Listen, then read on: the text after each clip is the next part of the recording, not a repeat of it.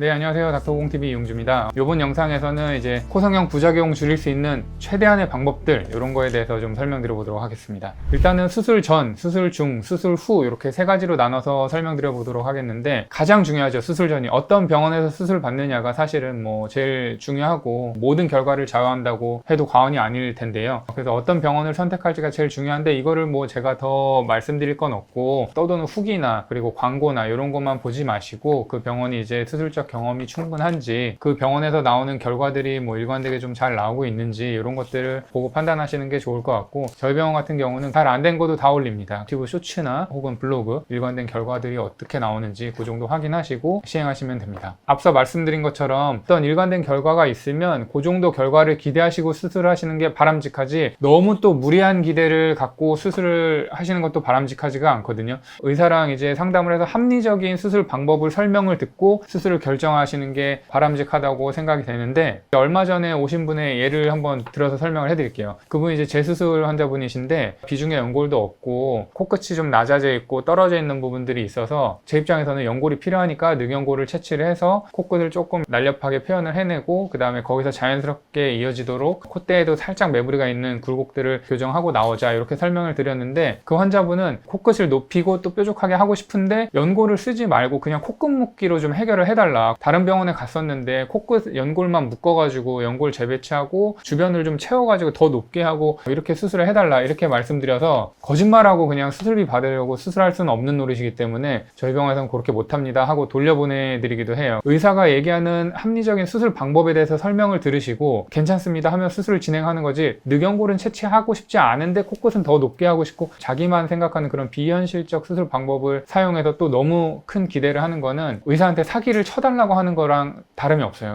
이런 것들은 잘못된 기대니까 합리적인 범위 내에서 의사랑 잘 상의하셔서 결정하시는 게 부작용 없는 결과와도 연관이 될 수밖에 없습니다. 그 다음에 이제 부작용을 줄이기 위해서 수술 중에 어떤 노력을 할 수 있느냐, 사실 환자가 할 수 있는 노력은 없죠. 거의 다 의료기관, 병원이 하는 역할이니까 수술을 잘 해야 되는 역할인데, 환자가 할 수가 있는 게 있습니다. 뭐냐면 금식 제대로 하고 오시고요. 저희가 이제 수면 마취로 진행하기 때문에 간혹 가다가 이제 구역 반사나 이런 게 있을 수 있는데, 금식이 안 돼 있으면 문제가 생기겠죠. 음식물이 넘어올 수 있으니까 다 잘 금식을 하고 오시긴 하는데, 수술을 앞두고 일정 기간 동안에는 전반적으로 컨디션 관리를 잘 해주셔야지 수술 중에 이제 수면 마취도 잘 버티실 수 있고, 2시간, 3시간 이렇게 걸리기 때문에 컨디션 관리 잘 하시고 수술 전 안내사항 잘 지키고 오시면 수술 중에 의료진 조금 더 편하게 수술할 수 있다, 결과도 좋고 부작용도 줄일 수 있다, 이렇게 알고 계시면 될 것 같고요. 마지막으로 사실 이제 부작용 줄이기 위해서 수술 후에는 환자의 역할도 아주 큽니다. 수술 후에 부작용 줄이기 위해서는 두 가지만 조심하시면 되는데, 첫 번째로는 충격 조심하시는 거랑, 그 다음에 이제 감염이 안 생기도록 염증 조심하시는 거, 이 두 가지인데요. 충격은 당연히 조심을 하셔야 돼요. 왜냐면 우리가 코성형을 하게 되면 연골을 여러 조각을 써서 그걸 우리가 녹는 실로 다 고정을 해놓고 나오거든요. 근데 여기에 막 너무 충격이 가해지거나 하면은 변형이 유발될 수가 있기 때문에 모양적으로 문제가 생길 수가 있습니다. 그렇기 때문에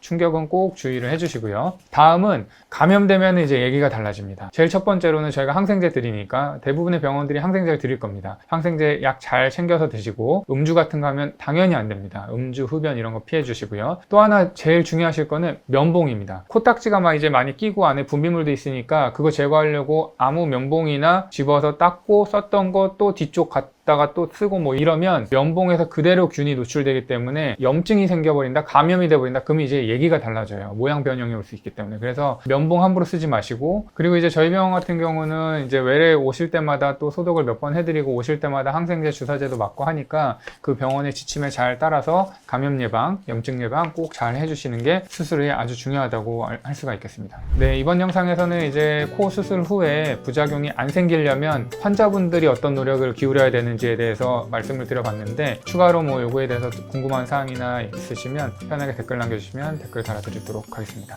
감사합니다.